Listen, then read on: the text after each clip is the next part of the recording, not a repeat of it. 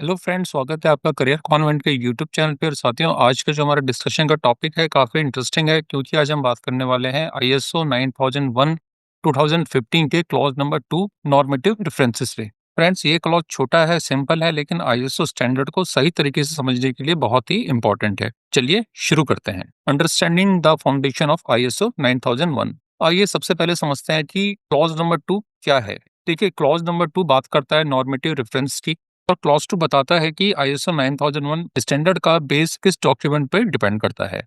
मतलब अगर आप आईएसओ 9001 को अप्लाई कर रहे हो, तो कौन सा एक्स्ट्रा डॉक्यूमेंट आपको रेफर करना जरूरी है। आईएसओ 9001 के क्लॉज नंबर 2 में केवल एक ऑफिशियल रेफरेंस डॉक्यूमेंट की बात की गई है। तो आइए अपनी अगली स्लाइड में समझते हैं कि वो रेफरेंस डॉक्यूमेंट आखिर क्या है। ISO 9000 2015 fundamentals and vocabulary. जी हाँ, वो डॉक्यूमेंट आईएसओ 9000 2015 है, जो कि फंडामेंटल्स और वोकैबुलरी की बात करता है। आईएसओ 9001 में दी जाने वाली सभी टेक्निकल टर्म्स की डेफिनेशन को आईएसओ 9000 से ही रिफर किया जाता है। और अगर हमें किसी टेक्निकल टर्म का एग्जैक्ट मीनिंग समझना है, तो हमें आईएसओ 9000 डॉक्यूमेंट को ही रिफर करना होगा। आइए समझते हैं कि आईएसओ 9000 इतना इम्पोर्टेंट क्यों है। देखिए, 9000 इसलिए इम्पोर्टेंट है क्योंकि यह आईएसओ 9001 में दिए जाने वाली सारी टेक्निकल टर्म्स की करेक्ट डेफिनेशन देता है, और यह इंश्योर करता है कि आईएसओ 9001 की अंडरस्टैंडिंग सभी के लिए सेम हो। जब ये अंडरस्टैंडिंग सभी के लिए सेम होती है, तो इससे ऑडिट में होने वाले जो कन्फ्यूजन्स हैं वो रिमूव होते हैं। क्योंकि आप यह मान के चलिए कि अगर ऑडिट में टेक्निकल टर्म्स की डेफिनेशंस को हर आदमी अपने अपने तरीके से समझने की कोशिश करता है, तो बहुत सारे कन्फ्यूजन होते हैं और कभी भी आपका ऑडिट सही तरीके से नहीं हो पाएगा, या हम समझें कि आपका जो क्यूएमएस है वो सही तरीके से इम्प्लीमेंट नहीं हो पाएगा। आइए कुछ प्रैक्टिकल एग्जांपल्स की हेल्प से इस चीज़ को समझते हैं। देखिए, आईएसओ 9000 काफ़ी सारी जो टेक्निकल टर्म्स हैं जो कि आईएसओ 9001 में यूज़ होती हैं, उनको प्रॉपर्ली डिफाइन करता है। जैसे quality, process, documented information, non conformity, corrections और करेक्टिव एक्शंस, कॉम्पिटेंस। इन सभी टेक्निकल टर्म्स का जो एग्जैक्ट मीनिंग है वो आपको आईएसओ 9000 में देखने के लिए मिलता है।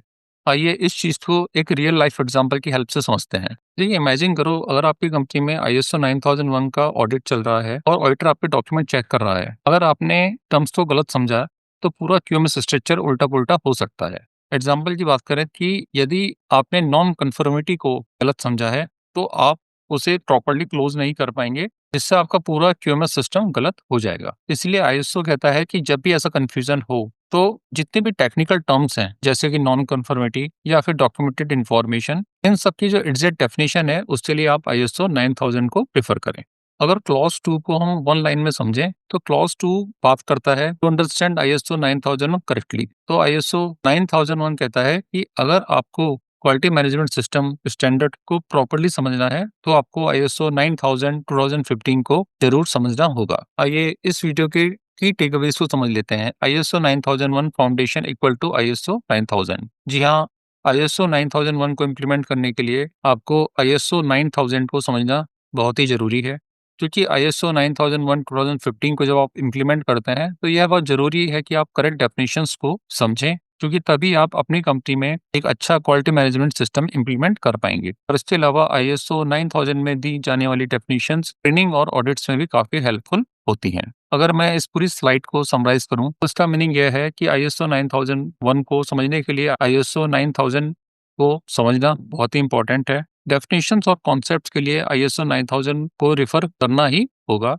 इसके अलावा क्लॉज 2 यह इंश्योर करता है कि सभी लोग आईएसओ 9001 में दी जाने वाली टेक्निकल टर्म्स का सेम मीनिंग समझें, चाहे वो मैनेजर हो, चाहे वो इंजीनियर हो, चाहे वो कंसल्टेंट हो, या ऑडिटर या ऑडिटी, सबके सब उसका सही मीनिंग समझें, तभी आपकी कंपनी में एक प्रॉपर और सही क्यूएमएस इंप्लीमेंट हो सकता है। तो फ्रेंड्स, क्लॉज 2 भले ही छोटा है, लेकिन आईएसओ 9001 का फाउंडेशन क्लियरिटी इसी क्लॉज से आती है। अगर आप आईएसओ 9001 सिस्टम बना रहे हो, ऑडिट कर रहे हो, या ट्रेनिंग प्रिपेयर कर रहे हो, तो आईएसओ 9000 2015 को साथ में रखना एक बेस्ट प्रैक्टिस माना जाएगा। आशा करता हूँ कि यह वीडियो आपके लिए काफ़ी हेल्पफुल होगी, और आईएसओ के सभी क्लॉजेस को इजी लैंग्वेज में समझने के लिए चैनल को सब्सक्राइब करें, वीडियो को लाइक करें और अपने फ्रेंड्स के साथ शेयर भी करें। आज के लिए फ्रेंड्स इतना ही। नमस्कार, थैंक यू।